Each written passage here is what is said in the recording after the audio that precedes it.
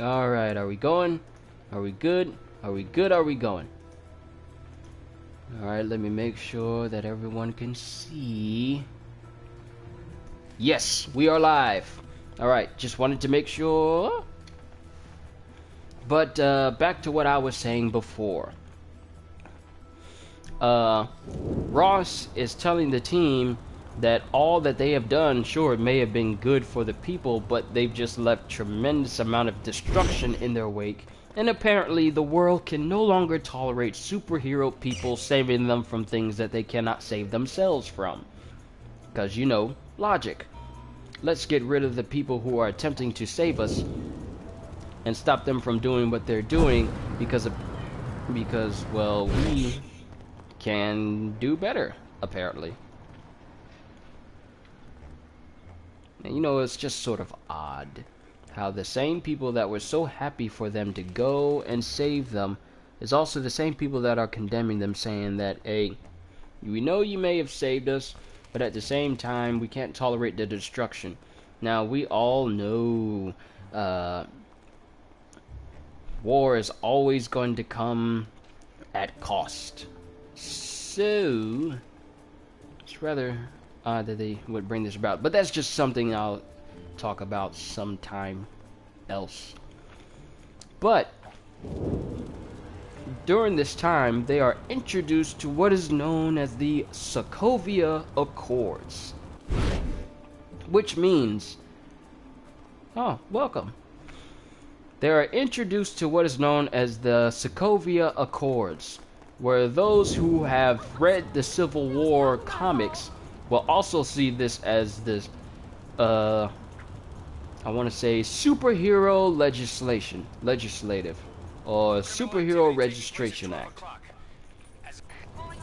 And the Sokovia Accords put into action for those who join with it and sign on to it. It says that all heroes with superpowers who join this act are therefore under the employment of the government and must do everything according to the government. No freeballing superheroics, no going off on one's own. They can only work as a superhero if they follow the rules of the government. To what the government says is quite possibly the best option for superheroes to go off of, and that will ensure that no one else has to die due to the irresponsibility of superpowered individuals. Now, obviously, not everyone is going to agree with this. Essentially, super soldiers. Because essentially, if you have soldier in your name, you automatically belong to the government. And I'm completely glossing over the fact that we see Iron Man. He's reliving his thoughts of him seeing his parents for the last time. And after the expose that, college expose that he's at, where he says that everyone is getting funded for all their inventions and yada yada yada and patents, he's met up with a woman played by, I forget her name, you'll have to forgive me. I forget a lot of things, except for the extremely awesome or extremely dull things that happen. But he is approached by the mother of a person, her son, who happened to be on Sokovia. Alfred Woodard. Yes, thank you for telling me her name. She approaches Tony Stark, and due to him being very... I only know she's going to be in Luke Cage. Well, I know her because she played in one of Tyler Perry's movies that I seen. She doesn't even approach Stark, because Stark approaches her, because, well, she's the only person in the hallway at the time when he leaves the expo. And during this time, she expresses how much hate she has for all the superheroes say that they have done, because her son died during the war with Ultron, and we can call it a war because it was whole countrywide. And during when the Avengers were fighting Ultron, her son died in the aftermath during that whole battle. And this was extremely bad for her because, well, it was her son, and apparently she's the only person that managed Yep, and in that moment knew. And in that moment, Tony knew he messed up. It was really, I'm not going to say the other thing because I don't really curse. Actually, I don't curse at all. But those who know that know exactly where I'm going with it. But at that moment, Tony Stark, who is extremely, when you think about it, Tony can be really influenced when you give him something to think about. Because all it takes is for you to do one thing, or for Tony to do one thing, and then for you to bring it up in his face in a way that he can't really offer a rebuttal or a response to it that causes him to second guess himself. That's all it takes that's all it takes for Tony to second guess himself, is for you to give him something that he can't respond to. And in that moment, yeah, Tony knew he messed up. And so did the rest of the Avengers in his eyes. So, it is to my knowledge that he got in contact with Ross and automatically sided with the whole Sokovia Accords, that in turn causes the rift that forms before the teams. But I gotta get back to that part of the story. So, during the moment that Ross brings up the Sokovia Accords, he also brings up the fact that it has to be it's a permanent choice. Tony, you dropped my ice cream. Tony thinks, here's $100, buy all the ice cream you want. You know what? I believe that would actually happen. If that happened in the movie and he dropped some kid's ice cream, he will actually give them $100, and that kid would absolutely have no idea to know what to do with it. I can actually see that happening in an Iron Man scene. He says like, hey, I'm sorry kid, just go ahead and buy yourself the whole ice cream truck, alright? And he just pats him on the back and walks off. That sounds like something that Tony Stark would do. But back to the Accords. At this point, you can automatically see the rift between both the people who want to side with the government and think that the Avengers are are more dangerous than good, versus the people versus the individual superheroes who think that, well, unless we can do what we want, we can't really say we can't really be free as superheroes. We can't really call ourselves superheroes. We can only call ourselves soldiers. And it's sort of funny because Captain America actually said something like, we're soldiers, so we got to do what needs to be done. And Tony Stark says, we are not soldiers. But it's sort of funny to see a complete reversal, because they say this in the first Avengers movie. They said that we're soldiers, so we need to learn how to take orders and do what we need to do. And lo and behold, there's a complete reversal of it with Captain America and Iron Man saying that, hey, we got to do what the government says. We got to be put in check. Something that some soldiers are completely okay with, versus those who prefer to be free. And this is like I said, a complete reversal of how Captain America felt with Tony and Tony felt with Cap in the first Avengers. And now we see a complete reversal here in Civil War. So during this time, they're told that they only have a limited amount of time before the Accords are made permanent, and they need to give their decisions. Otherwise, they could be branded as criminals, those who do not take the Accords. And those who do take the Accords are Vision, I want to say War Machine, Black Widow, and Iron Man. Obviously, Iron Man does it because he wants to stay good with the government, and he's, well, like I said, he can be very influenced by what people say to him and do if he can't respond to it well. Like, hey, my children died because you were trying to help save the world, so what are you going to do about it? That's something that Tony cannot respond to.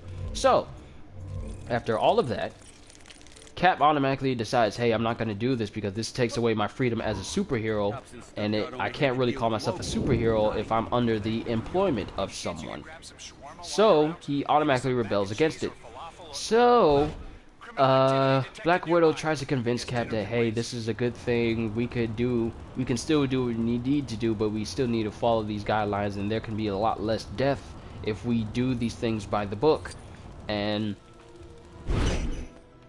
Tony, obviously, we all know his stance. He thinks that superheroes ought to be put in check because, hey, we fought this war with Ultron. Yeah, that was my fault.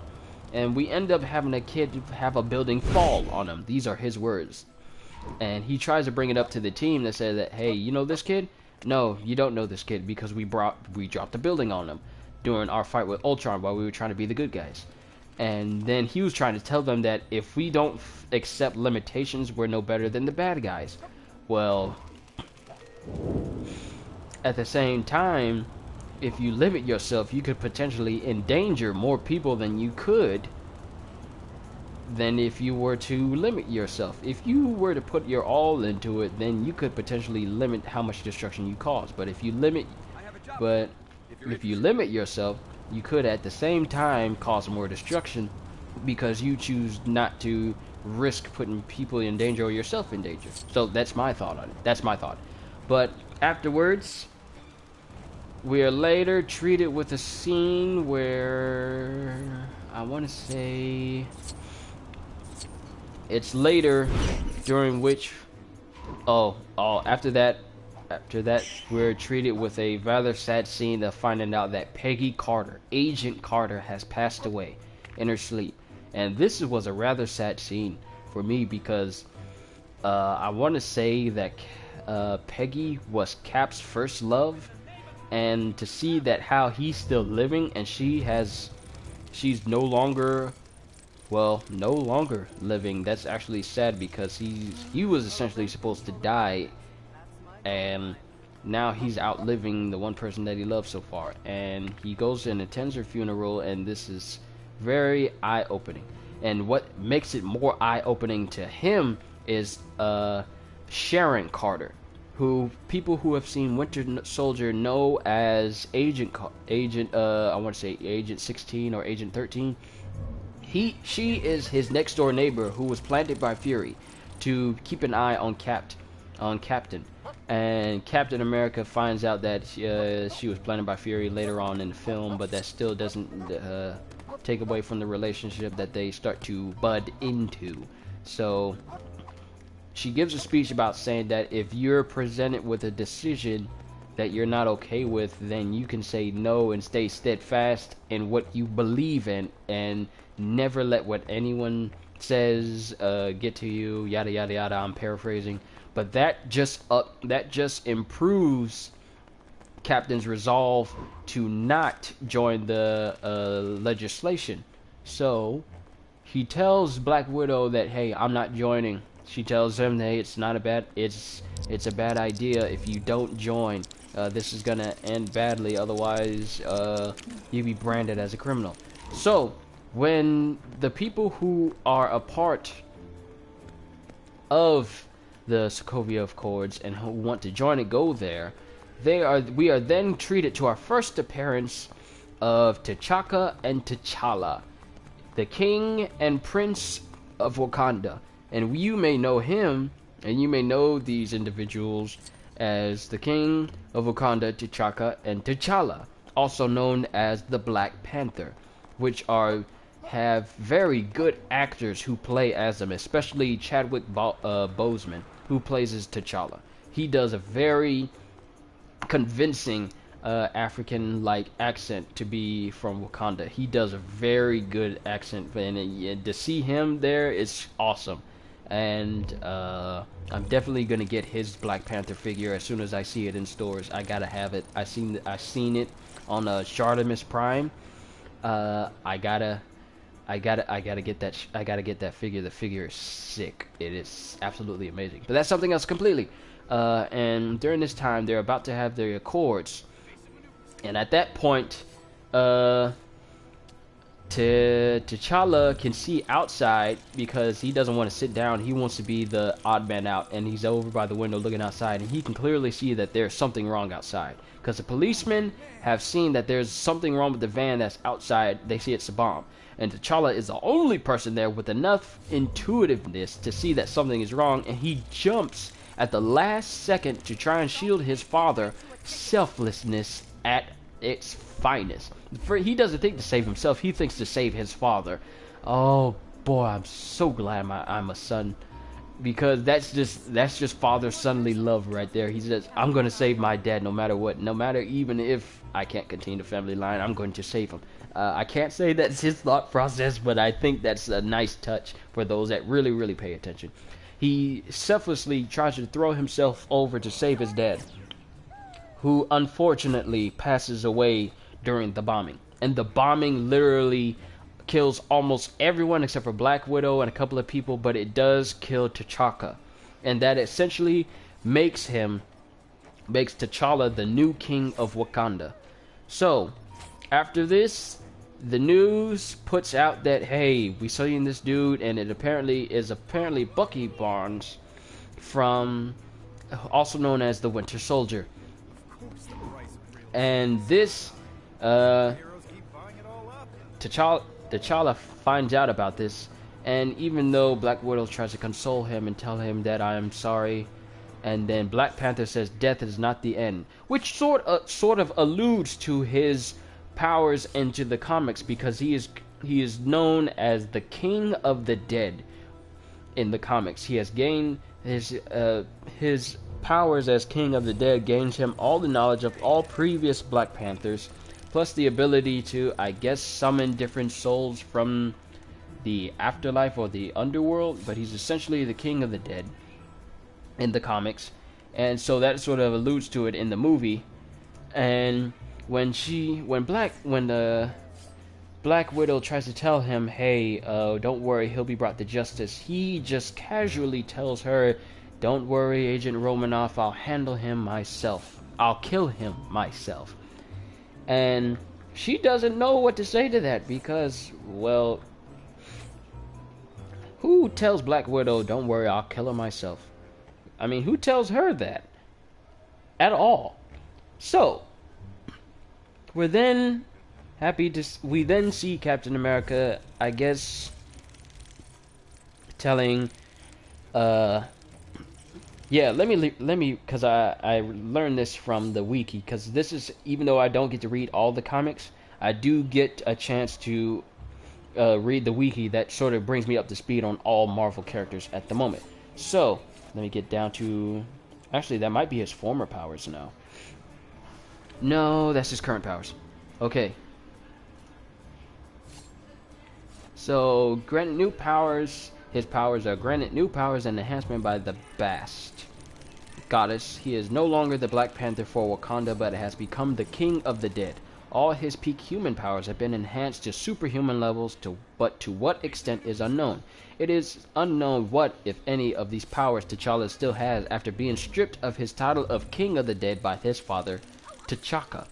Now, his father T'Chaka is still dead, but since he did not want to get revenge at a certain point in the comics, his father stripped him of his title as King of the Dead because he didn't want to exact revenge on someone. I forgot. But yes. So, Romanoff gets in contact with Cap, and they both tell each other to stay out of it because we all know how Captain feels about Bucky. Bucky is the only person from his past who is still alive. So, Captain wants to rescue him and keep him safe, even though he doesn't know if Bucky remembers him or not.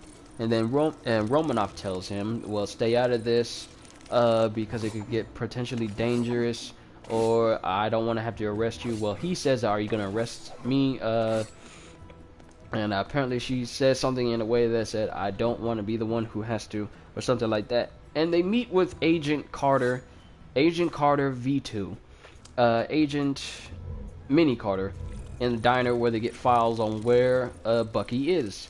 And Falcon says that, well, what's the plan? Because whoever shoots at you really winds up shooting at me too. So they both conclude that, hey, we're gonna get Bucky before they get to them, because Carter tells them that they already know where he is. They're moving on him now, and they have orders to kill on sight, which puts Captain in a bit of a timetable in order to get to Bucky before they do. So, Captain gets to where Bucky is before... Captain gets to where Bucky is, they get to where Bucky lives, and he's looking through all of his things, and Winter Soldier sneaks up on him, which I found to be surprising, because who sneaks up on Cap? But, they find him, and Bucky still doesn't remember half of who he is.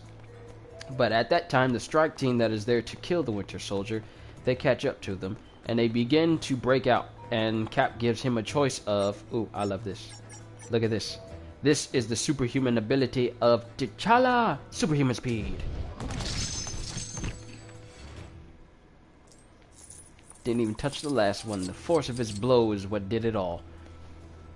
But and this figure this is the Civil War version of Black Panther, which I find absolutely sick.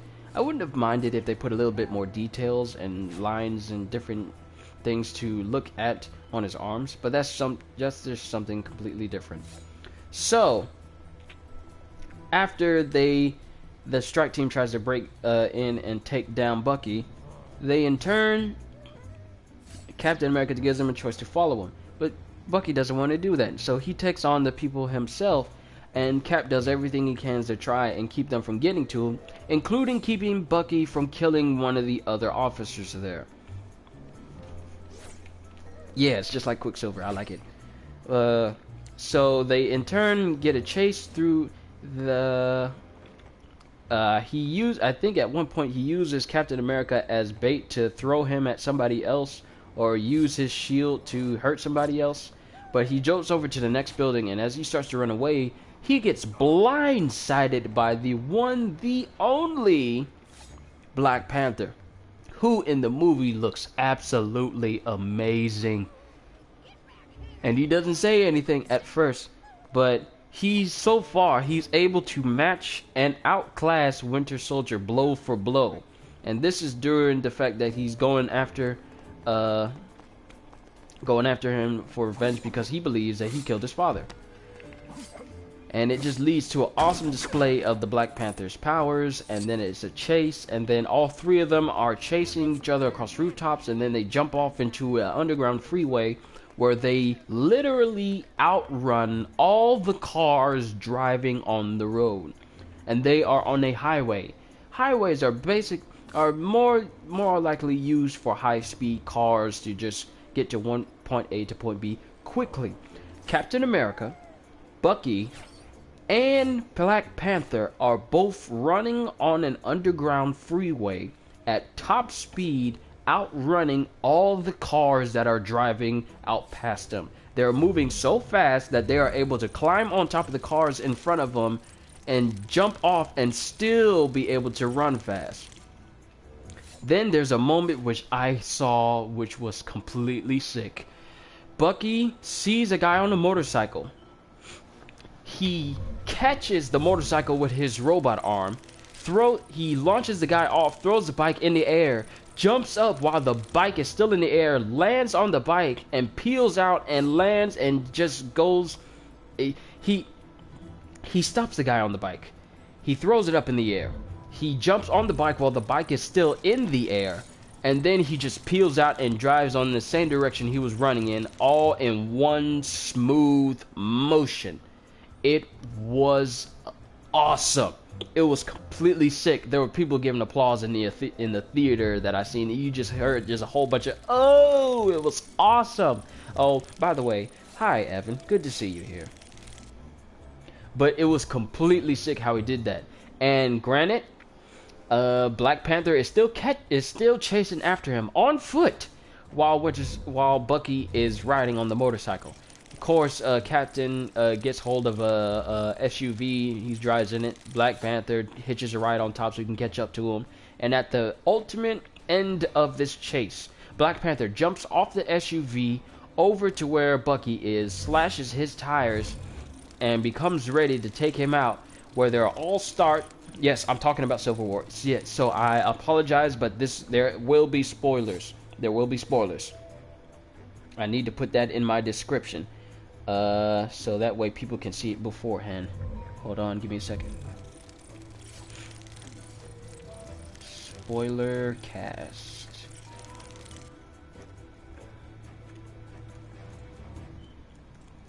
Yes, I was just talking about the comparison between Batman vs. Superman. For a little while ago, I just did a review and a whole long synopsis on Batman vs. Superman and what it could have done to actually be a able contender for Marvel. But Marvel is still outclassing DC with their movies, with all the movies they come out with. So, the chase scene of the freeway ends with them being cornered by the police, where War Machine, aka Rhodes, what's his first name? What is his first name? It's not Don Cheadle because that's the actor's name. War Machine. James Rhodes. Yes, James Rhodey Rhodes. But he lands there, and then he said, "It is better than Batman vs Superman in every way." I completely support that comment. I completely support it. Batman Superman gave us so much hype, but did not live up to it. And Cap or Iron Man? Yeah, James Rhodes. Yes, James Rhodes, aka War Machine, lands right where they stop at, and he holds them all under arrest. But Black Panther is the only person to actually walk out of it unscathed because he is now the new king of Wakanda and he has diplomatic immunity. So they are then walked into a new detention facility run by Bilbo Baggins. I forget his name in the movie, but Bilbo is now the new manager, is now the head over the new detention facility, temporary detention facility that they have there, and they're keeping Bucky Barnes held prisoner and then interrogate him. So, and all the while, there's another villain here who is playing a silent background role by the name of Zemo. Comic book readers will know him as Baron Zemo, and he's been silently trying to find anything that links to, May 19th, 1991? May 19th, 1991? But he's been trying to find files and anything that's linking to it, and he's been slowly seen as a background person behind all of this. So, they take him in, and Iron Man tries to tell him that, what are you doing? This is wrong. You can't be doing this. Just sign it. It'll be better for everyone. And Cap keeps trying to tell him that, no, this is not a good idea. This isn't good because we're giving up our freedom to become government lapdogs. And how long would it be before the government starts to tell us what is evil and what isn't? And then we end up becoming the very bad guys that we've been fighting against. Yet Iron Man doesn't want to hear it because he's still guilt-stricken over the people that have died under his watch. And he then tries to entice Captain America that says that, hey, these are some old pens. Let me give you some old pens, so you can sign with one, and I can sign with the other. So that way, yeah, we work together. So that way, it says that, yeah, we're good, we're cool. You keep a pen, I keep a pen. Of course, Captain does not take the pen because he's still going by his steadfast ideal that a free hero is still a good hero, where Iron Man thinks that a free hero is a dangerous hero and therefore needs to be under employment in order to be considered a good hero. So this still leads to a bad situation.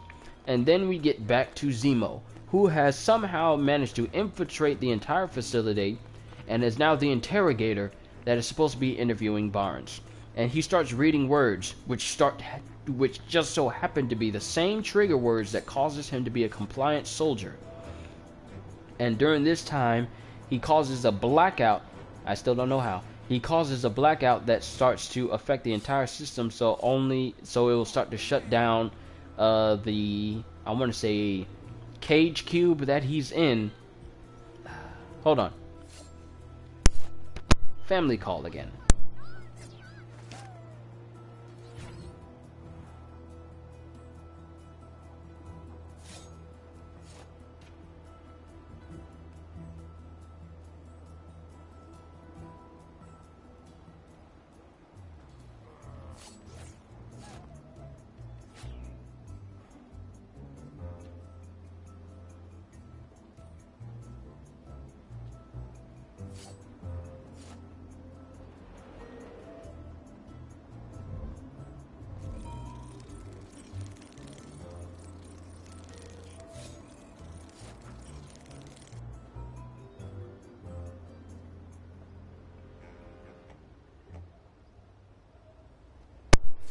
Okay, I'm back. They were just asking about some deviled eggs.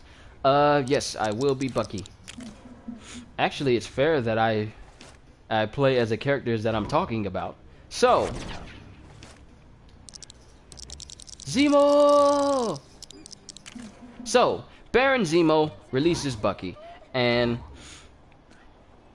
he then causes him to become a compliant soldier, and they all start to realize that, hey, this was a setup from all along.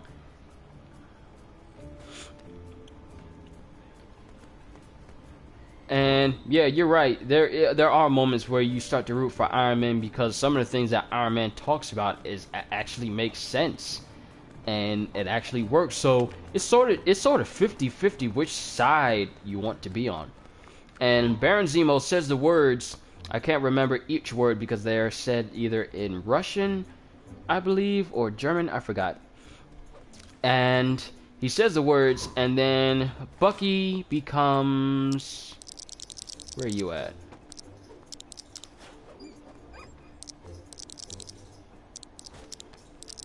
Bucky becomes Winter Soldier, complete with mask. Not with mask, but yeah, German. And at this point, he's just completely. He's no longer Bucky, but he's Winter Soldier. And Zemo planned this all along. Of course, everyone starts to get to their stations and tries to fight each other, including Iron Man in his complete business suit, which I thought that whole scene, that all, it's sort of some brainwave reprogramming where certain words are geared to make someone extremely compliant. I believe that exists in the world today, or it used to exist. I don't know how they made it work, but I think it's some way that causes a person's mind to completely, either based on how they were programmed, to go either completely blank or become completely compliant or completely go ballistic and just go straight murderous. Then again, I'm going off of Marvel logic, so who knows how that works. But everyone gets to their stations and does their best to try and get to where Bucky is, because they want to stop him, because he's completely lost his mind, literally. He no longer functions as a regular person anymore. He's going to... yeah, he's essentially a robot. That's essentially it. And I'm not saying that in his performance is robotic, but he essentially gets turned into a robot in which he only follows orders. And during this time, Zemo slips out. He just slips out. Even after people try to take him down, he slips out like an expert. This is a dude with no superpowers, and as far as I've seen, he's only been good enough to kill people off screen, so we don't know his full capabilities, but he's been able to do all these things normally. He didn't need no superpowers. Last time we seen this was, well, Hydra, but they had technologically advanced stuff that helped them out too. But Zemo managed to do all of this with no superpowers, just his regular intellect. Now, at this time, everyone's trying to take down Bucky because he's still inside the building trying to get out, because they figure that if he gets out, they will not be able to see him again. So Black Panther tries to take him down out of his suit, and he still has his powers. Like, he's able to jump off, he's able to jump high distances, has super agility outside of his suit, which just tells me that, hey, this is all superpowered. This isn't just suit based. The suit base, and granted, and here's another thing about Black Panther, his suit is bulletproof. When he was chasing Bucky on the rooftops during the first chase scene, a helicopter fires on the both of them. It hits Black Panther. Black Panther looks at the helicopter like, why are you even shooting at me? Are you kidding me? His suit is bulletproof. It is so beautiful seeing the bullets bounce off of him. But back to the fight. First fight we see is Iron Man versus Winter Soldier. Made of vibranium. Yep, the same material as Cap's shield, and Cap's shield is bulletproof. The only thing that can cut Cap's shield is something else made of vibranium or adamantium, I think. But Iron Man tries to take on Winter Soldier. Now, it leads to a lot of exchanges. it leads to a lot of exchanges that ends with Iron Man putting his hand on the front of Bucky's gun that saves him at the last second. And I thought that was cool. He gets a mini Iron Man glove on his hand, like a fingerless glove, and he puts it on his hand and he blasts him. And he blocks the gun at the last second that saves him from, you know, getting shot. But I thought that was a cool exchange. And he's looking like, oh, man, I lived. Or, oh, man, that actually worked. But after that, he gets, I guess, tossed aside. I keep forgetting these good parts. There's so much that's been happening this week. But it leads to exchanges of a lot of people. Iron Man, Cap, Black Widow, and Black Panther. Black Panther is the only one so far who managed to hold his own against Bucky during his attempted escape out. That he essentially disappears, but somehow they're able to get Bucky back, and then he's in prison. No. I remember. Bucky makes for the roof. Bucky makes for the roof, and, well, the way I'm explaining it, it actually is better than how I'm describing it, because I'm just describing it off an offhand synopsis that I'm coming out of off the basis of my head. So Bucky makes for the roof and tries to fly around a helicopter, and Cap catches up to him, and in an extremely impressive display of strength, he manages to keep a helicopter from flying off of the rooftop using nothing but his bare strength. And I think they just wanted that as a poster shot, because they wanted to just show Cap's arms just bulging with veins and nothing but muscle.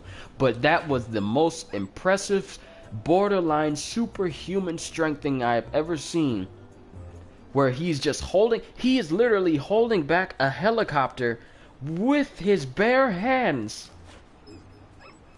And I love how they just stopped the whole scene and just had the music playing, and it just had a poster shot of him just holding on to it. It was beautiful. I was saying, oh man, that is so cool. And it was awesome. So in the end, Bucky tries to take Cap out because, like I said, he's mindless right now. And in the end, he crashes the same helicopter he attempted to try and fly out on. But Bucky, well, I'll call him Winter Soldier when he's Winter Soldier, and Bucky when he has his mind straight. Winter Soldier attempts to take Captain America with him by having them plummet off the side of the building into the small river below. And it seems like they're gone, but Captain America makes it out alive with both Bucky, and they both escape, with everybody still at the facility still trying to find them. So later on, I forget what happens next. I'm trying to remember. I'm pretty sure the more I talk about it, the more I'm gonna remember all of it. But later on, we see Bucky is caught. The facility has apparently put a watch out for him. They're gonna try and find him. But they have Bucky sort of captured in this small abandoned warehouse, and I'll be his Falcon, but I am really not pleased with how they made him look in this game. I'll be his regular Falcon. Captain America, where's Falcon? Classic. Yes, I prefer to use this Falcon suit versus his Civil War one, because let me show you. And this has been a gripe for anyone who has seen it. Look at the size of his backpack. Look at it compared to his Winter Soldier one, which is him on the right, versus him in his Civil War outfit, which is him on the left. His backpack is ridiculously huge. They could have just kept with the same design, put different... You see this? Aiden, do you see this? Why is his backpack so huge? His backpack was the same size it has always been. Granted, it had a few more designs and new things to it, but this is my biggest gripe. They give him different everything. But they just... And look! You can't even tell there's wings underneath because the backpack takes up the whole size.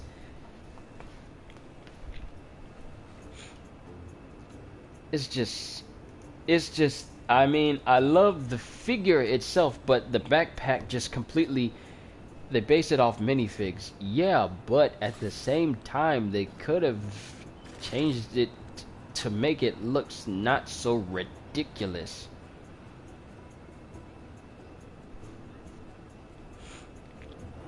I mean, if this is what they're saying, wait, this is supposed to be Red Wing? This whole backpack piece is supposed to be Red Wing? I'm starting to see it now. The little bird peak at the top and the little wings on the side. This is supposed to be Red Wing? Red Wing is bigger than Falcon is. This whole time I thought it was just a ridiculous looking backpack. Now I just find out that this ridiculously big piece is the smallest piece of his suit?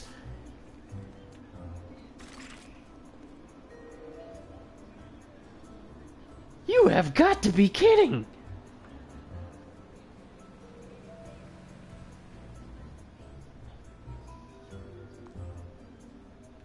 And you mean to tell me that Red Wing is essentially supposed to be his backpack piece, but I can't even use him?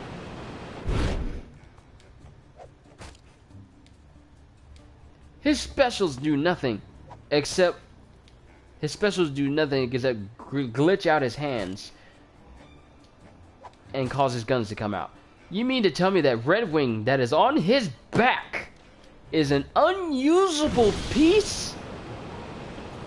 And you mean to tell me that they could have basically used Falcon with his Winter Soldier getup? Look at this. Winter Soldier, this I understand. All of it makes sense, and I can still tell that there's a minifigure underneath this backpack with wings. This one, this is Red Wing. Falcon included. This is Red Wing Falcon. This is a Red Wing minifigure with an added piece of a Falcon. Red Wing is the piece, Falcon is just the extra.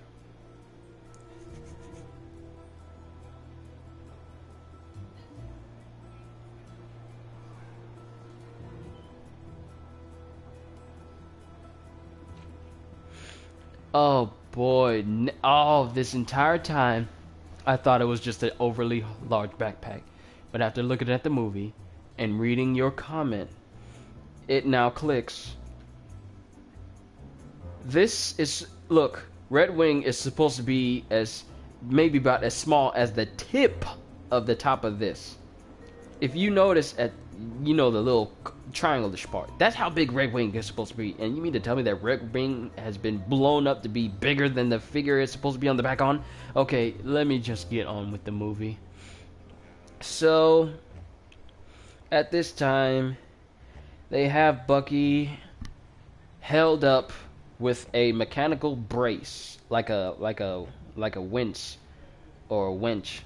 They have him with a mechanical press. They have his mechanical arm held down by a mechanical press. And I'm saying mechanical a lot.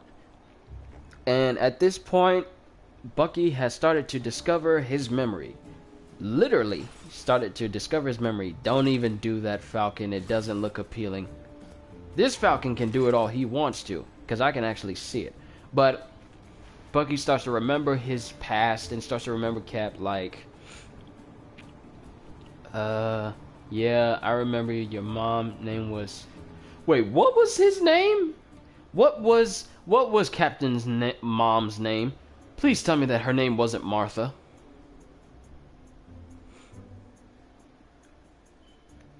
What was his mother's name? What was Captain America's mom's name? Please tell me it wasn't Martha. Sarah. Sarah, okay. Oh, okay, I'm about to say I've been hearing too many Marthas from Batman and Superman. Why did you say that name? But that's something completely different. But yeah, remember how he used tissue in his shoes to make himself look taller? Then they started saying that, hey, they're on the hunt for him, and later on they meet. No, Captain says that we may be odds out, but I know somebody who can help. I know a guy. And those who have seen the ending of Ant-Man know what I'm talking about. So at this point, they meet up with Agent Carter. Newspaper in his shoes. Newspaper in his shoes. I forgot. I keep forgetting, but as soon as y'all tell me, I automatically remember that scene automatically. So thank you all for refreshing my memory. That just makes me love this movie even more. But they meet up with Agent Carter in a scarcely crowded, scarcely bare parking garage, where lo and behold, we see the guy that they've been talking about, Scott Lang, aka Ant-Man, who is obviously awestruck at the fact that he gets to meet Captain America. Thank you, Aiden. Thank you, Evan. And like his character that he is still funny. He is still funny. The fact that he is talking to Captain America and he says, "I'm shaking your hand for too long, aren't I?" And it's funny. All the funny scenes in this, all the funny parts of this movie. Yes, why don't we do that? Whenever I talk about a character that gets introduced, we play as that character. Scott Lang, everybody. And all the funny scenes in the movie were good. And they start to say that, hey, they're evacuating this place, we need to leave. And and Cap tells them to all suit up. Because we all know what's about to happen. Because they're at a parking garage at an airport. And for everyone who has seen all of the trailers, you all know what this moment has led to. So, they all suit up. Captain America, Scott Lang, Falcon, Winter Soldier, and where are you at? Where you at, girl? And Agent 13. Yes, I knew it. Agent 13 doesn't take part in the battle. But during this time, a fight breaks out. And actually, I believe that beforehand, they have to before the battle at the airport, we're treated to a scene beforehand of Scarlet Witch seeing an explosion off in the distance. Vision, who is also there, is telling her that he's going to go investigate it. Now, I completely skipped the paprika cooking scene with Vision where he's trying to cook for her, and I think this is the same scene where an explosion goes off outside the facility in order to get Vision distracted, because we are also reintroduced to one of my favorite characters. Where you at? Where you at? Where you at? Where you at? Where you at? We are introduced to Hawkeye once again, because he's there on behalf of Cap. He's come out of retirement to help them out. He's there. Captain America has sent, I'm guessing he sent Bucky, not Bucky, but he sent Hawkeye to go get Scarlet Witch from Vision, and as soon as he does, Hawkeye is already prepared for it because he's firing arrows at the side of the building that will potentially trap Vision as soon as he gets back. So Hawkeye rescues Scarlet Witch, and during this time, Vision comes back and tells them, "You need to stop. You do not need to do this. Please don't make this any harder than it needs to be." Where are you, Vision? And both him and Hawkeye fight each other. Well, fight isn't much of the word. It's more of Hawkeye trying to hit him, and then Vision makes himself extremely dense so his blows won't hurt. But then, out of nowhere, Scarlet Witch starts to fight Vision, using her powers to cause Vision's density to increase to the point where he literally gets launched, body slammed through the facility, all the way down to who knows how far into the earth. And after which, they join up with both Cap and the rest of the team at the airport. So afterwards, we come towards the airport battle, which of course is one of the bigger scenes that everyone has been looking forward to. So Iron Man in his new armor, and Captain America in his, where you at? Winter Soldier 1. Now, granted, I kind of wish that they gave him his helmet because he does wear his helmet in there. And in the 2, it leads to a big smackdown between both Captain America, and it doesn't end that quickly. I'm just using this as an example.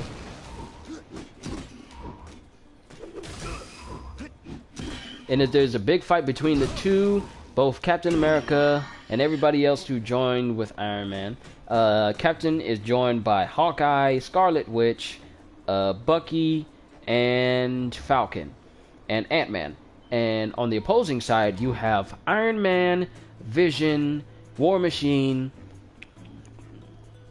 Gotta go. You did. Hey, you go enjoy yourself for dinner. I need to go cook myself dinner because it's starting to get towards 10 o'clock, and that's usually when I start to wind down a little bit. So I need to eat too.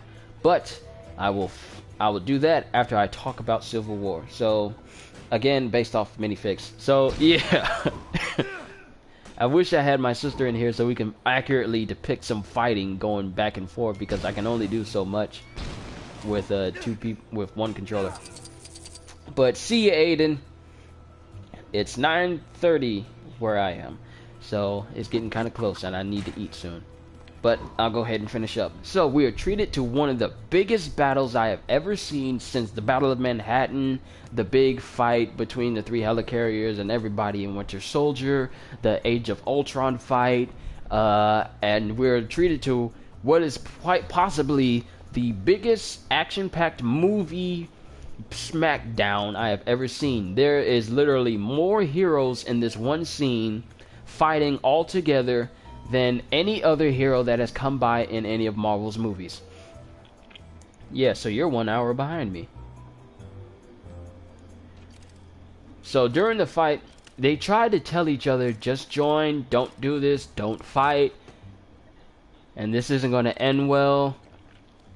But regardless, it starts out, actually, before the fighting starts, we are introduced to a surprise person that we didn't see until later. Now, during a point in the movie before they get Ant-Man, Tony pays a visit to a certain individual in Queens, and that person is, you guessed it, Peter Parker. And his mom, and I was literally about to say mom. I am so wrong for that.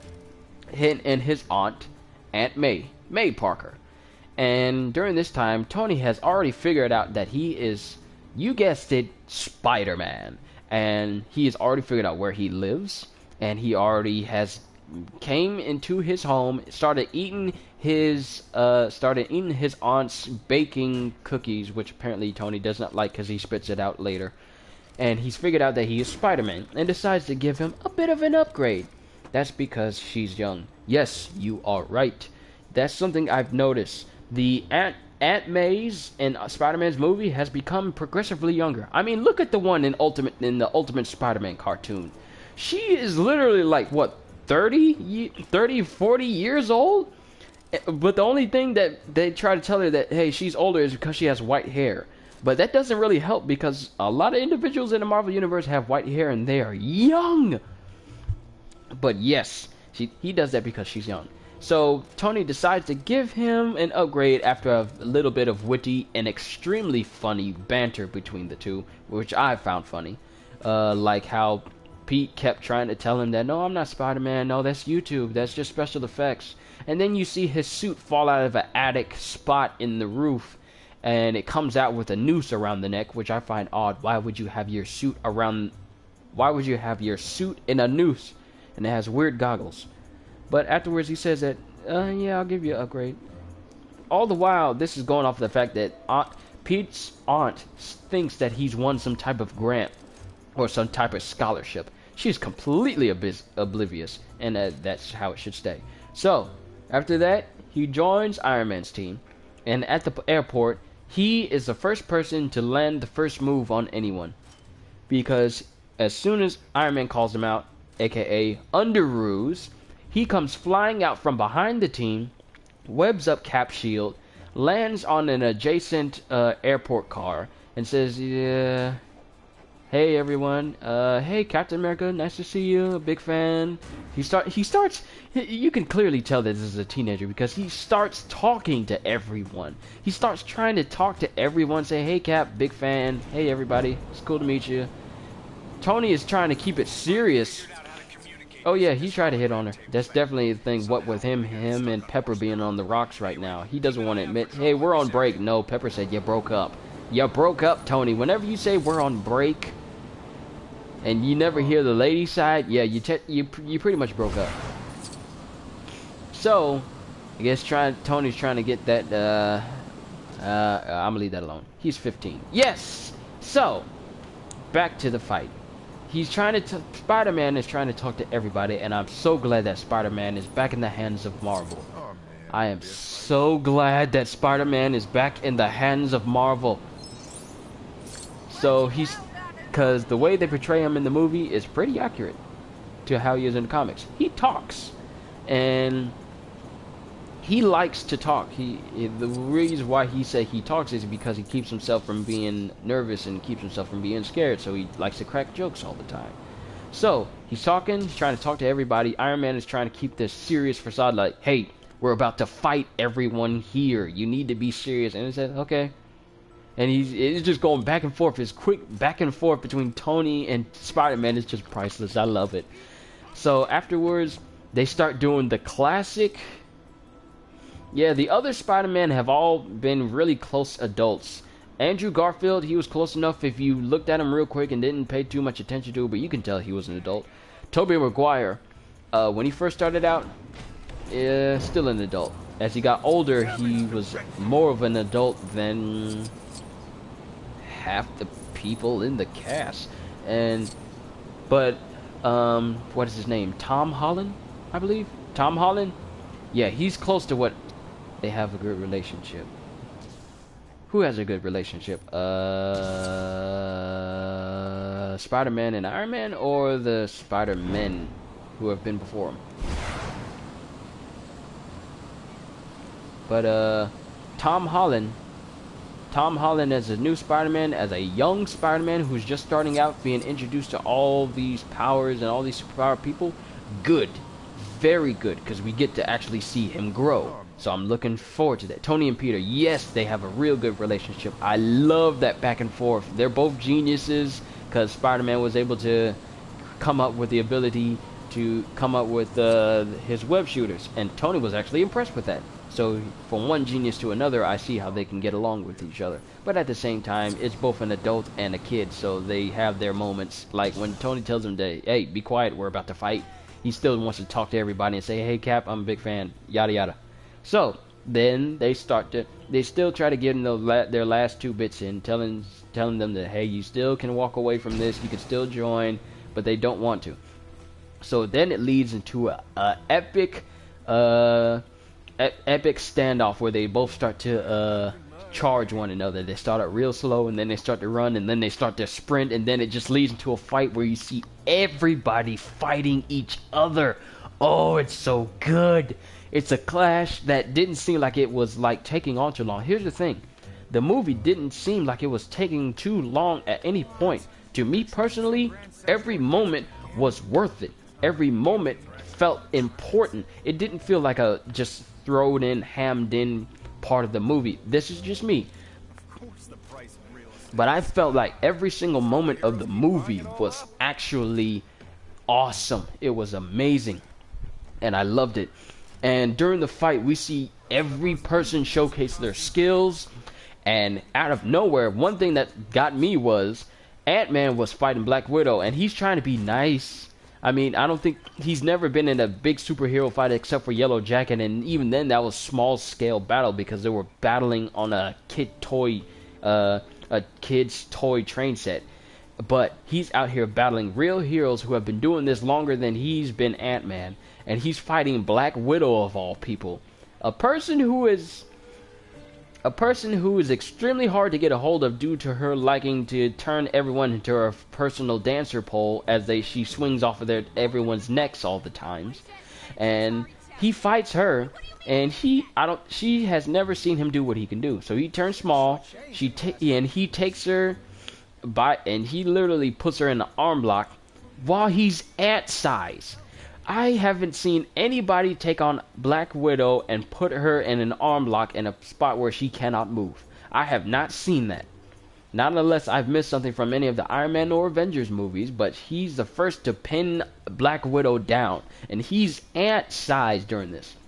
So, Scarlet Witch is also fighting as well, and she's fighting alongside Clint, Hawkeye, and Iron Man is just like, you're using arrows, you're completely missing me, and he's saying, and Hawkeye is saying, no, I'm just distracting you, and Scarlet Witch is just causing all the cars in the parking garage to behind them to just come flying out, and she's just manipulating it just awesome. Like, you can see her, it was just awesome. Every part of this fight scene was awesome. Then we have Spider-Man versus Falcon and Bucky, and I thought the whole thing between them was just awesome. And I love how Spider-Man jumped on Falcon's back. He said, "You have the right to remain silent." Everybody laughed in the theater when I seen that. It was just awesome. Then he went up against Bucky. Bucky tried to hit him, and he looked at his arm and says, "You have a metal arm? That is awesome, dude." And I think Bucky was expecting him to be just, hey, he has spider powers, or spider skills, or spider abilities. Maybe it's just a suit. I don't think he's come up against anyone with super strength, actual super strength. Because the only person who has actual super strength in their bodies and not their suit or abilities is Cap. But Spider-Man is the only one who has actual superhuman strength. And he just catches Bucky's arm, and he's literally not even using his full strength, because he's just casually trying to talk to him, saying, "Wow, this is awesome. You got a metal arm." And it was hilarious. Then they try fighting each other, and then Falcon keeps telling Spider-Man, "Hey, you talk too much." And then he says, I forgot what Spider-Man says, but it was this pretty cool exchange, because you see what Spider-Man is capable of. But then Spider-Man gets temporarily taken out of commission with Red Wing, because, well, Red Wing takes him out of a window and throws him off somewhere. Iron Man is going up against, I want to say, Captain America or someone else. I forgot. But there's a one part where Black Panther is fighting Hawkeye. Hawkeye tries to introduce himself, and then we hear Black Panther speak, and he just says, "I don't care." And then he starts to fight him, and the fight is going well. And I don't mean well as in it still looks awesome. I don't mean well as in, what is up with that person in the back? You see that person back there? You see that car? What is up with that person right there? That is odd. But then we get to a point where it says, hey, we know where he's heading, so we need to go there too. So they try to make their way to a Quinjet that's off by itself on the outskirts, on the other side of the airport. And they try to say, hey, we need a distraction. We need to get to it. So Ant-Man says that I got it. I got the distraction. He says, I tried this last time. But yes, Ant-Man says, I got an idea. I tried this last time. Last time I did it, I passed out. So we see him manipulate. We see him go on his comm, on his Ant-Man comm, his Ant comm, and he slides it off over to one side. Now, granted, beforehand, he always slid it to one side, or he always used it somehow. He passed out in the lab. Yes, he did it last time. He passed out in the lab. Now, granted, all the time we've seen him shrink, it has always been red highlights on his suit, I believe, that would tell you, hey, yeah, he's getting smaller. But he turns his comm off to one side, and it turns blue instead. And I believe he closes his eyes, and he presses a button, and he grows. Ant-Man becomes Giant Man. And he catches War Machine, who is attempting to go after Cap and Bucky, and he just catches him. And Spider-Man's looking at him, he was like, holy crap! He said something else entirely, but like I said, I don't curse, so those who know exactly what he said. And I love how Spider-Man's eye movements are represented in his lenses. Like they get real big when he's surprised, and they get real squinty when he's trying to pay attention. So his eyes just get real big. It's all like, whoa, this dude's giant. And everyone is trying to deal with the fact that, hey, there's a giant man fighting now. So now everyone's trying to contend with him. Man, my throat's getting dry. Need to get something to drink. But they're fighting Giant Man, and they're trying to take him out, but it's not really working. And Vision tries to go after them, and he passes through them. And Vision passes through Giant Man, and Giant Man doesn't know what to say. He's like, something just flew inside me. And it was great. Every hilarious line is exactly that, hilarious. And it was good. And I forget what Vision gets distracted by that causes him not to fly anymore. Maybe it's Scarlet Witch again. I don't know. But as they're making their way towards the Quinjet, Black Panther is in pursuit of them, and so is Black Widow. And later on, during the fight, when they try to get rid of... where's Falcon? I forgot. Nah, I remember where he is now. Spider-Man comes up with the idea that tells him, hey, you remember that one movie, The Empire Strikes Back? Where, with the walkie thingies. And of course, this is alluding to Star Wars Episode 7.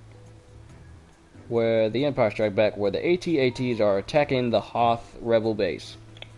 And of course, one of the ways they get rid... And of course, the way they get rid of Giant Man is the same way they get rid of an AT-AT, i.e., Spider-Man uses his webs to swing all around a Giant Man's legs.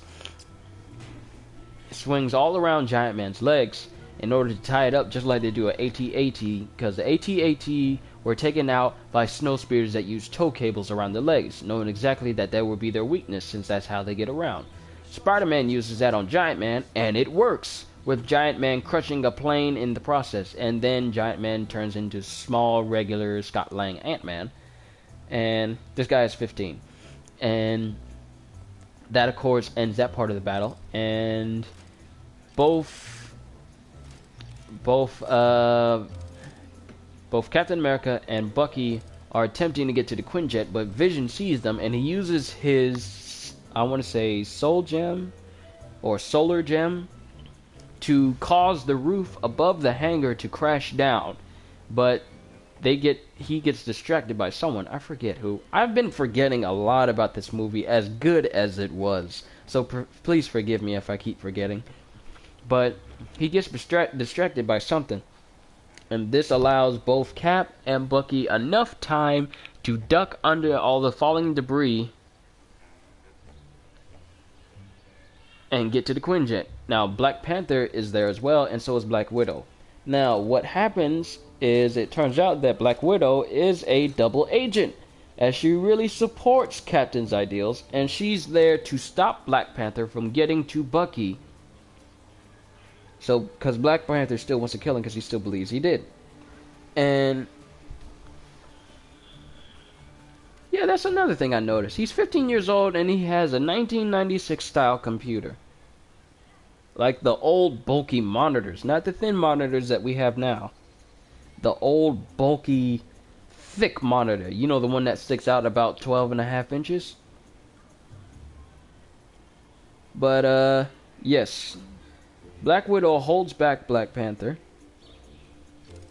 with enough time for both Cap and Bucky to get away in the Quinjet, and as they start to fly away. And during this time, Scarlet Witch has been injured a little bit, and Vision is there consoling her, telling her, just as I said, catastrophe.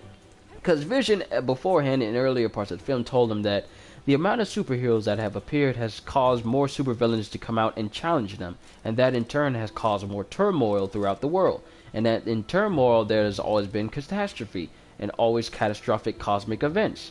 And due to just how many people would try to challenge the Avengers, due to knowing that the Avengers would be there to try and stop them, and eventually stop them. But in the end, Vision just tells them everything he said at the beginning of the film, that just as I said, catastrophe. And you can see that everything that has happened has been nothing but that. So, as Cap and Bucky try to get away in the Quinjet, they start to fly away. And War Machine says, "I got him," and starts to chase after them. And Falcon tries to chase after him as well in order to keep War Machine to catching up to him. And then Iron Man tries to, or someone tries to tell Vision to take the shot and take Falcon out, so that way he can't catch up to Cap. So Vision fires off a solar blast. Ow, and I just bit the side of my tongue. Oh, that is painful. Ow.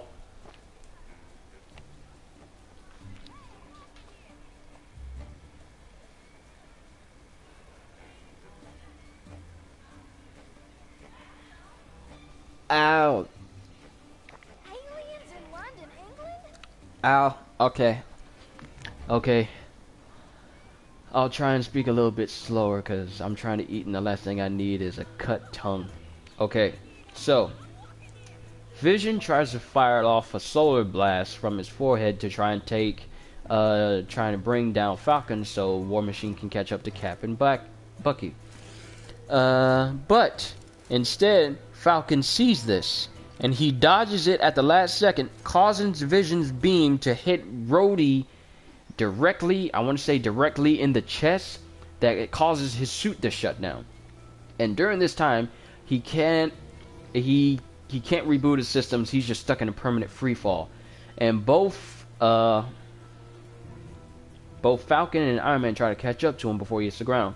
During this time, Rhodey passes out because, I don't know, a lot of fear or something, or maybe he was too high in the altitude. He passes out, and he hits the ground before either Iron Man or Falcon can catch up to him, leading to him to being severely unconscious and paralyzed from the waist down. Now, Falcon tries to fly up next to him and say, "I'm sorry," but Iron Man is extremely angry, and off the side of his hand, he blasts Falcon, and all the people who were involved in the battle are imprisoned. And after both Cap and Bucky get away, they see that they've been imprisoned in the raft now. And I'm calling it the raft because that's exactly what it is. An undersea prison.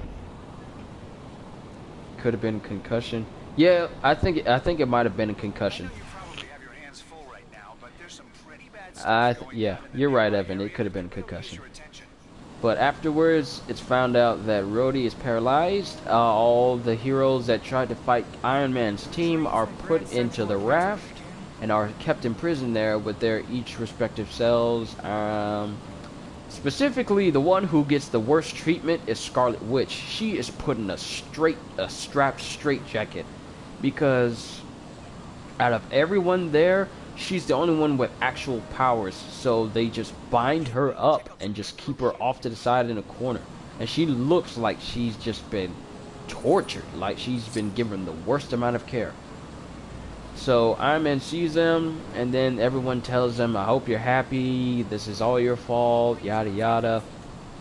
So, Iron Man soon later finds out that, hey, guess what? The man that you've been trying to chase after, the man that inadvertently, the man that you think is the cause behind all these problems, it wasn't him. It was a man wearing his face. So everything you pretty much did, everything you thought was right, was wrong. And it's all your fault that all these people are still imprisoned here. And then Falcon tells him where they are. Falcon tells Iron Man where he is after Iron Man only goes by himself to find out. So after Captain America gets there in the subterranean place, because they know where, I completely skipped over something, I believe. Baron Zemo, and I'm just gonna call him Baron Zemo because that's exactly what he is, even without his mask. Baron Zemo finds the location of the place of where he was before. And I believe that he was told this after he caused Bucky to go berserk in the detention facility. So he travels there and he has gained access to it, including all the super soldiers that were there before, who are still in cryogenic freeze. So Captain and Bucky both fly to where he is, and soon afterwards they catch up, and then soon afterwards Iron Man flies up to where he is, and what is I think a cool way of how he suited up. His own personal helicopter has an embedded Iron Man suit that at a moment's notice he can just sit in the chair, punch a button in, it will build around his hand, and then the seat will fold back to put him in an Iron Man suit for a seamless transition of him being able to fly right out.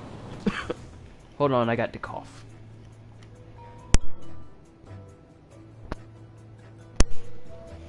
But I love the whole suit up scene of him just flying out of his helicopter. I thought that was beautiful. So, afterwards, everyone meets up with everyone. Captain meets up with Iron Man, even though Iron Man comes in through the elevator in the most non-hero like way that you want to introduce someone after you done tried to beat them up.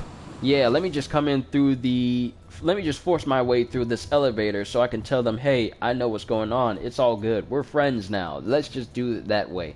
No, but Bucky's still on edge. So Iron Man tells him that, hey, everything you said was right. I'm here to help. I'm here to make it right. I'm here to do whatever I can. Bucky's still on the edge, and Iron Man's just trying to tell him, hey, look, man, we're good, man. You don't have to point that at me no more. And it was funnier when Tony actually said it. But they both travel together to the room where all the super soldiers are held up, only to find that all of the super soldiers have been killed. Bullet to the head, because apparently Baron only needed the one, Bucky. So afterwards, he then causes what would come up as the biggest twist of the movie. I think was the biggest twist of the movie, until it started to click to all of me at that moment. He shows Captain, Bucky, and Iron Man a specific video from May 1991. And of course, this is extremely important due to the fact that Iron Man knows where this is. And this is extremely important because everyone else who starts to see this is, why would Iron Man care about what road this is? And you start to piece it all together. And then we see what happens. The car from the beginning of the movie that Winter Soldier at the time crashed and killed the people he killed the people inside of the car just to get the briefcase. They in turn turned out to be none other than Tony Stark's parents. Yes, ladies and gentlemen, the person that killed Tony Stark's parents turns out to be Winter Soldier himself, the man that Captain America is trying to protect. And like you said, Evan, and it was a big twist. I was not expecting that at all, and that got me the whole time. I was like, holy crap, you have got to be kidding. But like you said, Evan, it was a trap. Wait, Winter Soldier killed Iron Man's parents in the comics? I did not know this. But yeah, like you say, Evan, it was his plan all along. It was his plan to split them up. He already split them up from the get-go. Right, that Wakanda fight and that airport fight had already had them split up, but this was going to splinter them even more. And this time, Tony cannot believe what he's seeing. He's seeing his parents being killed by the man that is standing next to him, by the same man that Captain America is trying to protect. He sees this man next to him, and at this same moment, he's asking if Captain America knew. And this time, Cap knows, but he's still trying to smooth it over, saying, I didn't know that it was him.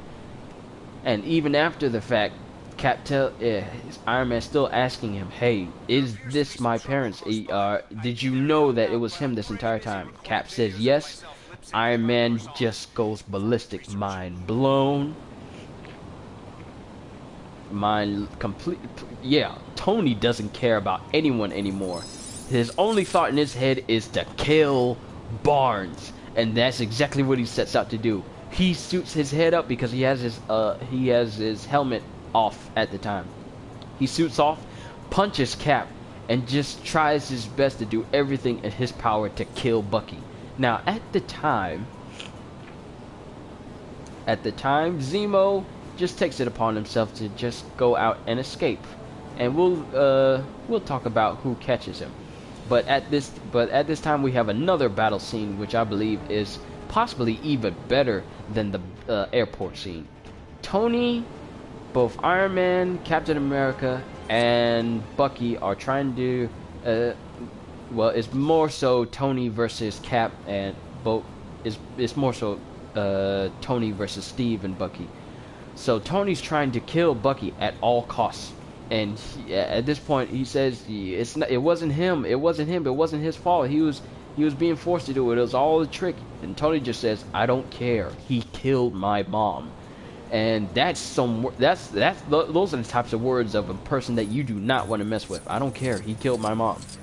And he just does his best to kill him. Even after having one of his boot jets shattered, he still tries to go after him, and he essentially traps everyone inside the room by shooting a rocket at the latch that could cause Bucky to escape.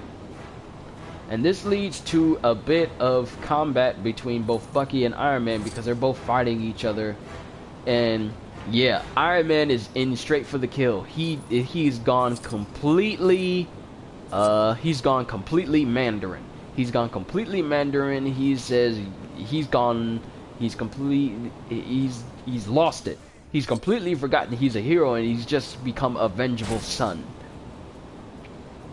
And it's at this point they are led to an area where the final official battle takes place. Iron Man versus Bucky. Not Iron Man versus Bucky. Well, it does happen. And at this point, Iron Man starts to get it's sort of one-sided a little bit as both Bucky and Captain America start to team up to take him out. But Bucky is knocked out of the equation after Iron Man takes out his arm. And this happens because Bucky starts to take on Iron Man after both Bucky and Cap use the shield between one another in a seamless transition of combat prowess, where they're just throwing the shields in between one another, just wailing on Iron Man. I mean, it was beautiful. Hey, Bucky, you take the shield. Pap, pap. Punch in the face. Punch in the face. I got it. Hit him in the face with the shield. Bucky, I want the shield back. Okay, here you go. Take it back. And then they're just going back and forth. It's just a beautiful exchange. Then Cap is knocked off to the side, I believe, and Bucky tries to take out Iron Man's arc reactor with his metal arm, but Iron Man uses his unibeam, which I believe I have not seen him use at all. He uses his unibeam to completely take out Bucky's metal arm, and Bucky's just out of the equation. So then it's just Cap versus Iron Man, essentially like it was in the comics. And then it just leads to an exchange of blows where Iron Man uses his suit to analyze Cap's fighting style, because afterwards Cap is just trying his best to beat Iron Man, and Iron Man is getting beat up in armor, mind you, bulletproof armor, and Captain America is beating up Iron Man. But afterwards, Iron Man uses his suit to analyze his fighting style so he can start taking advantage of the fight, and he starts to do it. And then at that moment, there's a moment where Cap gets a hold of his shield again, and Iron Man, well, he used it at the end of Iron Man 1. Was this during his fight with Warmonger? Ironmonger, I believe. I can't remember. Like I said, it's been a while since I've seen the Iron Man movies.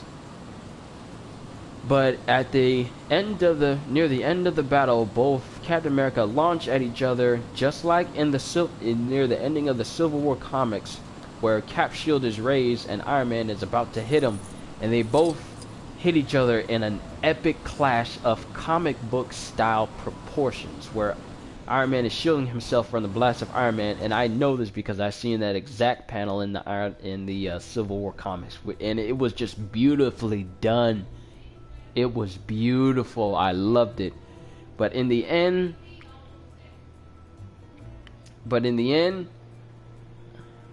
what's going on with the family outside? Oh, what happened? Oh, wait, hold on. I need to see if the families are good.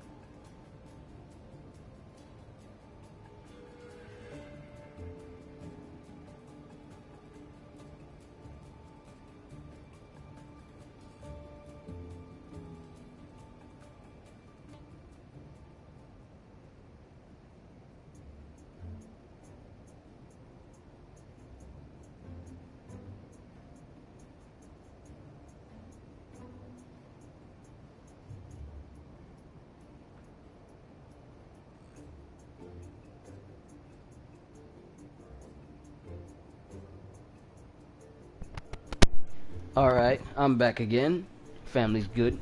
But yes, it leads up to an end of the fight where it reiterates one of Cap's famous lines that he has said in each of his movies. He said it in first Captain America during his fight with the bully. Then he said it in the second Captain America. I forgot when he said it. And then he says it in the third one where Cap just says this when he's trying to fight Iron Man, and Iron Man says, "Stay down."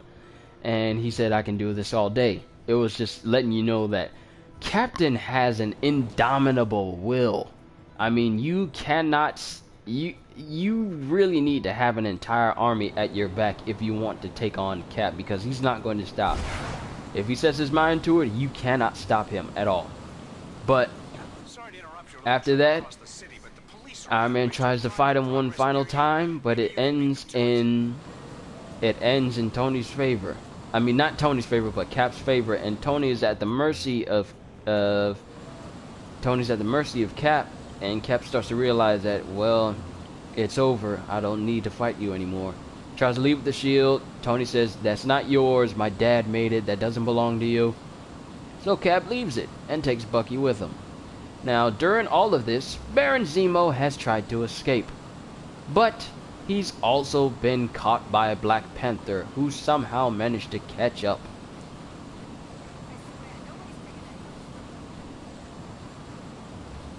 I don't know how he caught up, and I don't care, because any scene with Black Panther is good. So he catches up. Actually, he doesn't even catch up to Baron Zemo, because Baron Zemo's just sitting out listening to his last final recorded message of his wife before they died. And Black Panther just comes up beside him and tells him, yeah, there's so many powerful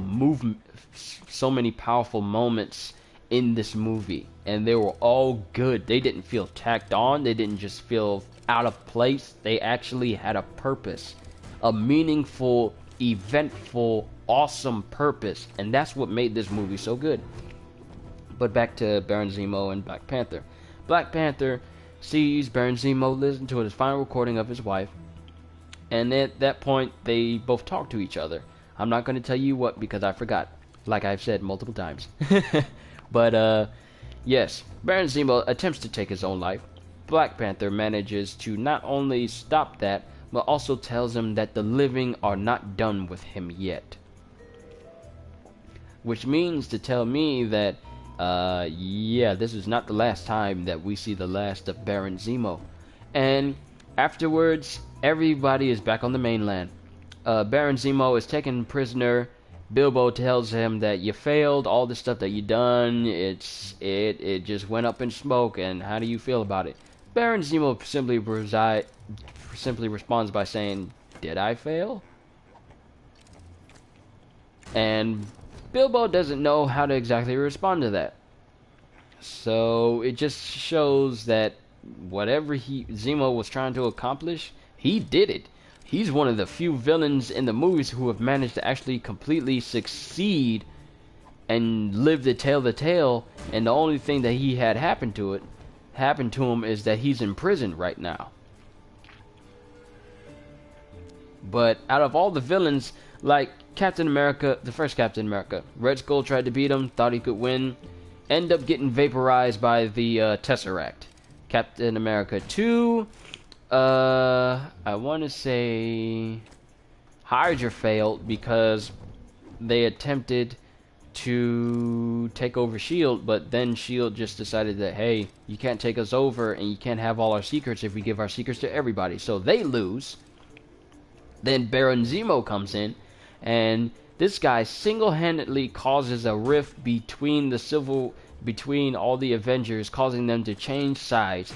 And then in the end, he's still alive. He's sure he's in prison, but whatever he did, it's the damage is done. I mean, there's no going back from it. So that's a good I like him. Baron Zemo's a good villain. So far, he's one of the few people that actually come out of an encounter with the Avengers alive and not grievously injured.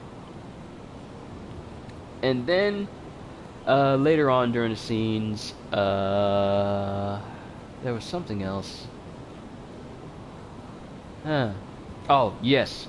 It ends with Tony getting a offhand phone from Cap telling him that, hey, the Avengers is your team before I came along. I mean, I was the first Avenger, yada yada, but you're the one who brought us all together, so it's really your team. But if you ever need any of us outsiders outside of the Sokovia Accords, outside of the law, apparently, because now I guess Captain America's a criminal now, or just a vigilante, he says that he can call him anytime. And during this time, Captain America has already gotten to the raft, has already taken out every single personnel in the control room, and has come there to rescue both Falcon, Ant-Man, Hawkeye, and Scarlet Witch. Single-handedly, mind you. Do you see a shield with him? No, you don't. He took him out in his street clothes. He took out those highly trained dudes that were there to watch over superpowered individuals. He took them all out by himself in his street clothes.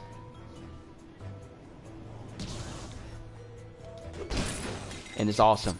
And at that time, Ross tries to call Tony, tell him, hey, there's been a breakout. And then he says, yeah, I'll put you on hold. Yeah, Tony let it happen. He let it happen. Because I'm pretty sure that Tony had a hand in creating that place overall. So I'm pretty sure he allowed all of them to get away. Because in the end, despite their differences, both Tony and Cap have a mutual respect for one another. Hey, want to check out some retro shield technology? Another Which is good. dirty deal in the bag. And in the end, we see that Cap has come to rescue all of his friends, so everyone will be free once again. And that was a good scene. Then we get to the end credits, in which we see Barnes being put on ice. Because he says until they can get those trigger words out of his head and get all that Hydra reprogramming out of his head, he's pretty much a threat to everybody. So they freeze him up. And then we see Cap talking to the person who has him frozen up, and we see him in the care of no longer revenge-filled Black Panther, who, during his talk,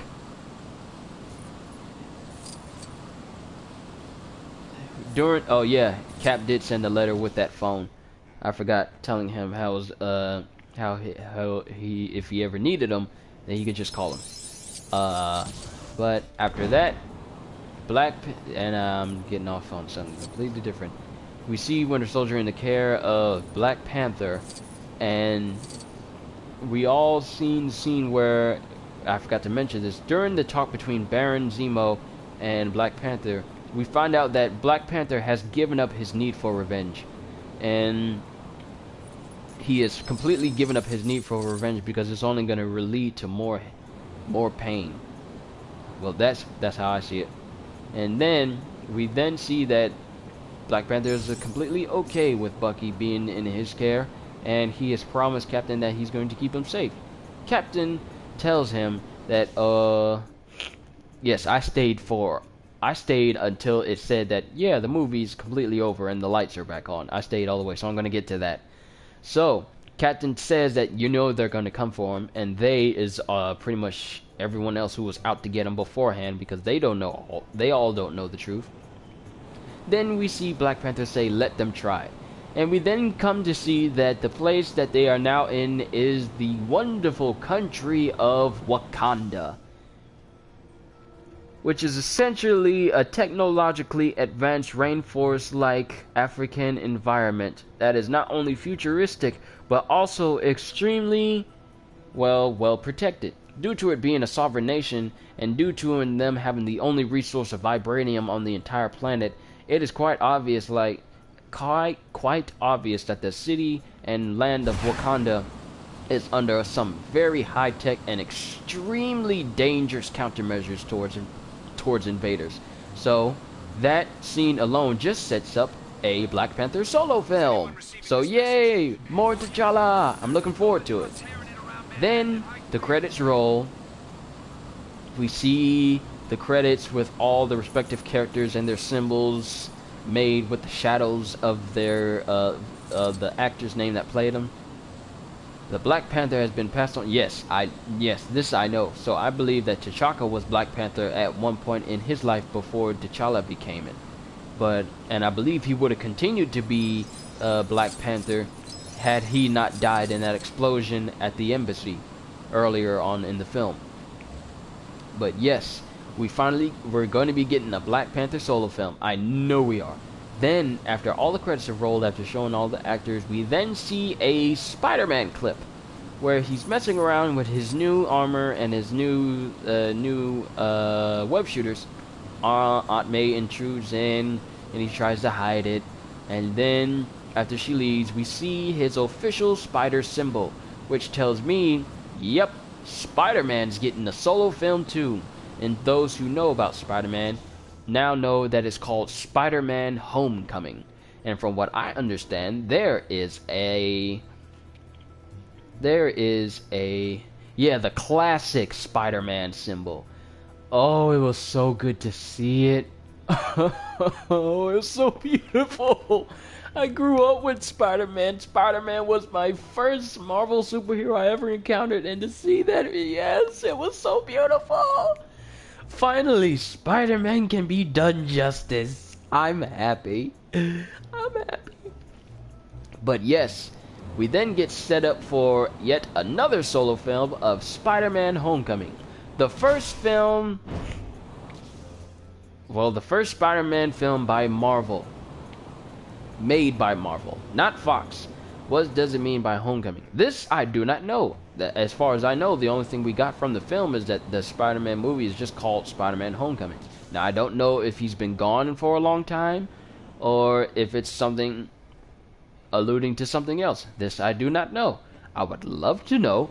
But also, in the works, we have a Spider-Man Homecoming game. And there's been a lot of there's already been a lot of special. Yeah, this is the third reboot. This is the third reboot of a Marvel film.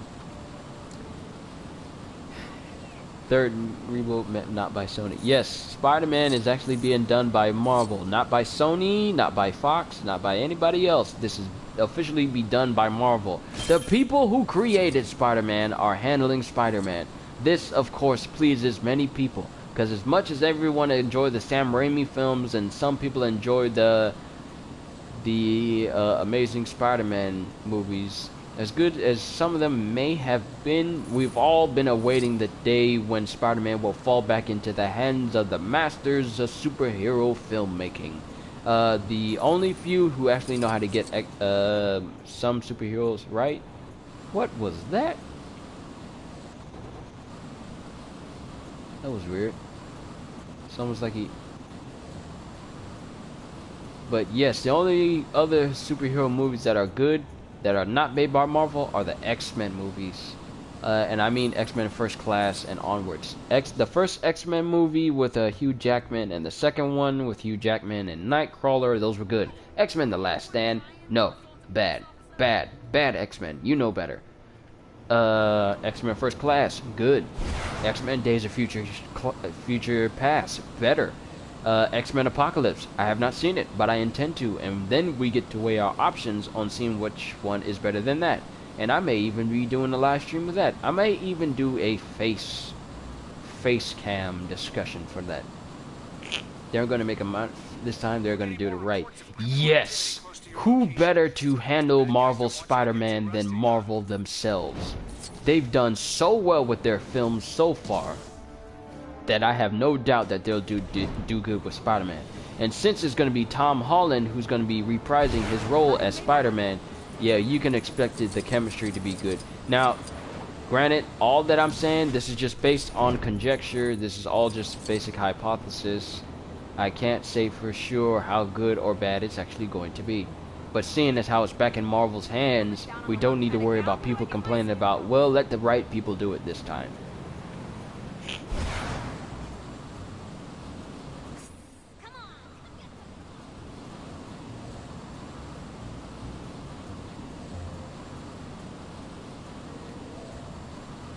Now, here's what I'm hoping with the Spider-Man Homecoming video game.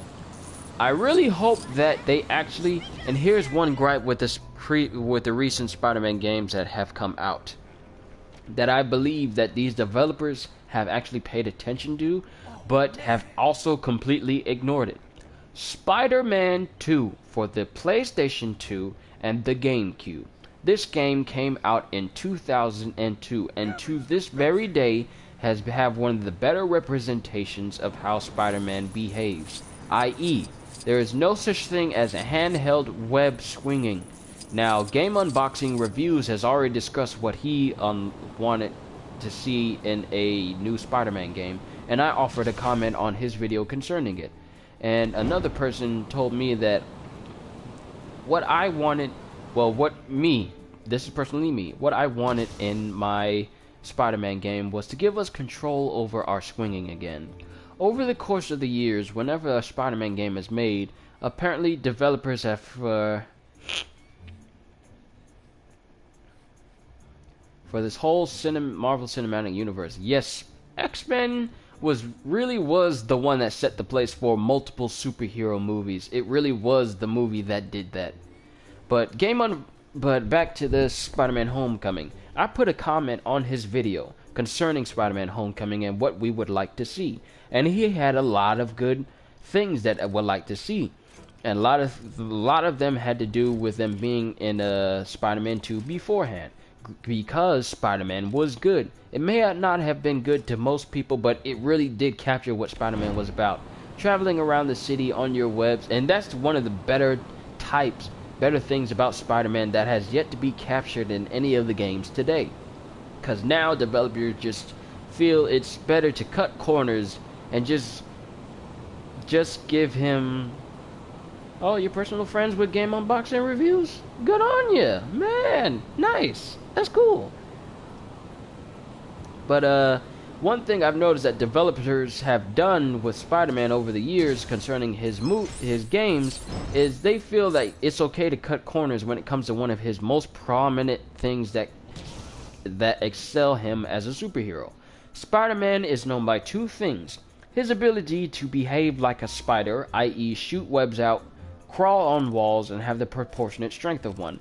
And two, his ability to use his webs to swing around the buildings, around the city.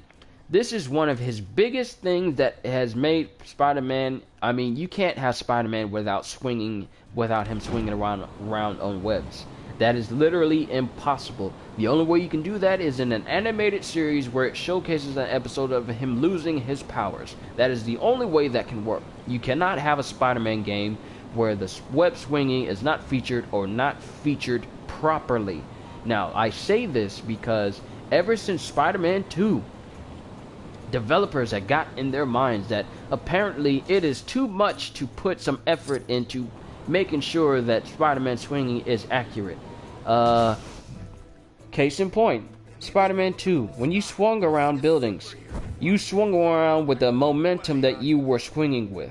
If you were moving slow and you tried to swing, you would swing slow. If you were traveling at a high speed and you suddenly shot out a web, you would suddenly start swinging real fast, and you can use that momentum to propel yourself throughout the city without ever touching the ground or ever touching a rooftop unless you chose to.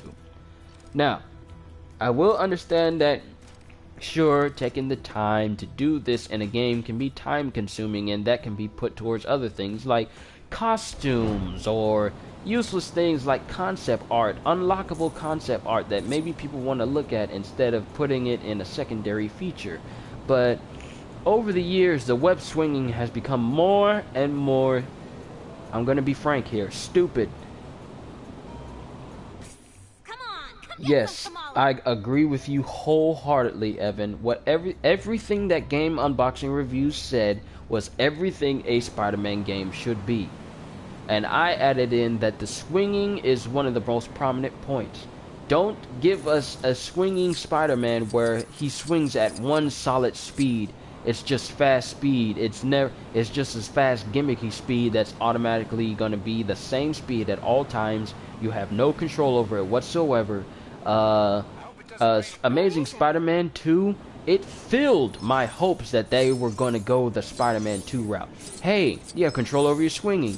Now you can control where your webs shoot out. Use this trigger to shoot it out of your left hand. Use this trigger to shoot it out of your right hand. Now, Spider-Man 2, it did not have this. You pressed the 2 buttons twice and held it, you would shoot out 2 webs, and you can even launch yourself into a slingshot jump. When I seen the gameplay, and I seen the official gameplay of Amazing Spider-Man 2, and I actually just watched someone swing around, I was fairly disappointed due to the fact that sometimes Spider-Man would clip through buildings that he would normally never be able to swing clean through. Like in the demo version, in the demo of, I want to say, showcase of the Amazing Spider-Man 2 game, you can see him swing through a tunnel under a building. He swings through the tunnel. His webbing does not stop him and cause him to launch through the tunnel, because the webbing should have stopped the moment he went through a corner. No, the webbing goes through the building and swings him back out as if both the webbing and Spider-Man phase through the building. That put me off from the game, and I have never played it, because that is one thing you do not do. Do not take shortcuts in a superhero game. That is absolutely a no-no, because then you would then be shorthanding a hero, and you cannot call it a true superhero experience.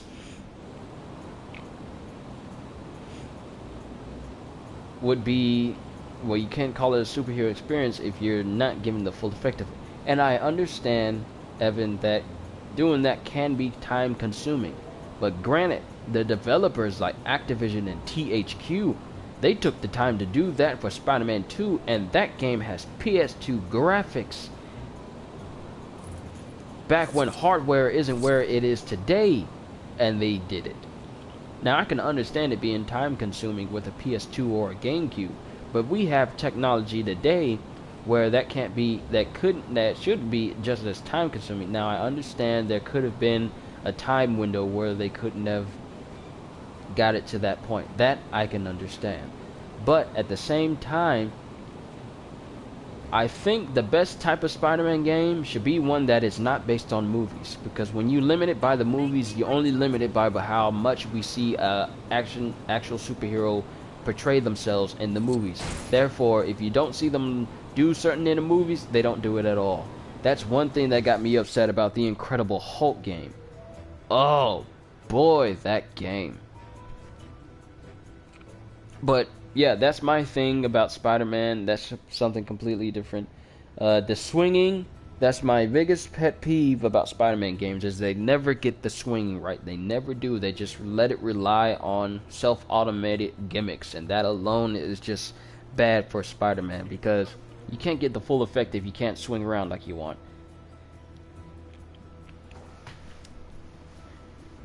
But a Spider-Man, now here's hoping that there's a